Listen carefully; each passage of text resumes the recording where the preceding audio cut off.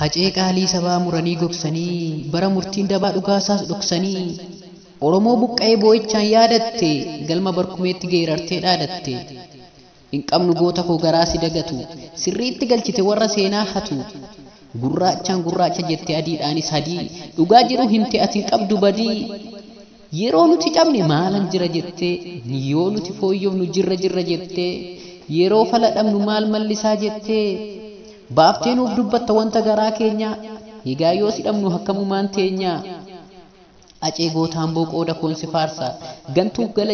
gantuuf jala deemtu diinas garaa haarsa hacee gaafa xiiqii hacee gaafa hadawwaa dhugaa keenya hin teenuufis taate daawwaa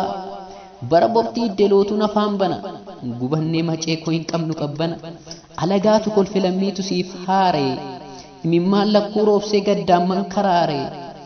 aannan keessaa dhimnaan maal qaba okoleen dubbiin nutti cimnaan nu laafe mogoleen garaan dhugaa dhabe akkamiin callisaa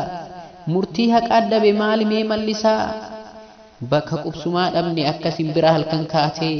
boqoon gadi cabne jiruun yaaddoo taatee si'iin qofa miti dhugaa keellee dhabne hakka lamuun kaane boqoodhaan gaccabne hifni nu baqatee guyyaan dukkanaa'e jireenya hanqatee Oromoon qaana'e diinni bardiinuma hin amaniin dhungoo ifa nuuf kennite baqqee akka dungoo ati nuuf qaaliidha faayidaan sin bitu gantuun nuuf qaaniidha homti nu singitu osoo lammii qabduu dirra kee waaddite gadheen sirra haantee du'een waaqoo ta'a du'een taaddee ta'a du'een eebboo ta'a jetteetu godaante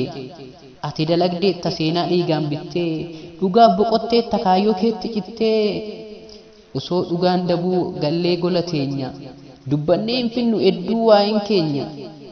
yeroo lubbuun jirtu harkasiif rukunnee acee qaalii jennee dhiichifnee kukkunnee yeroo lubbuun jirtu harkasiif rukunnee acee qaalii jennee ragadaan kukkunnee hati wareegamnaam nama sin beekne taane jiraatti dhabamnee jiraa du'e taane uumaan waaqaaf lafaa inni hunda caalu rabbiin abbaan dhugaa kee haa laalu uumaan waaqaaf lafaa inni hunda caalu rabbiin abbaan dhugaa kee haa laalu waan dhaggeeffattaniif galatooma sheer sabskiraayib godhaa.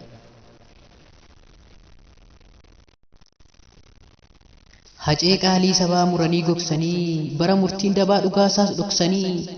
Oromoo buqqa'ee boo'ichaan yaadatte galma barkumeetti geerartee dhaadatte hin qabnu goota koo garaa si dagatu sirriitti galchite warra seenaa hatu gurraachaan gurraacha jette adiidhaanis hadii dhugaa jiru himte ati hin qabdu badii yeroo nuti cabne maalan jira jette yoo nuti fooyyofnu jirra jette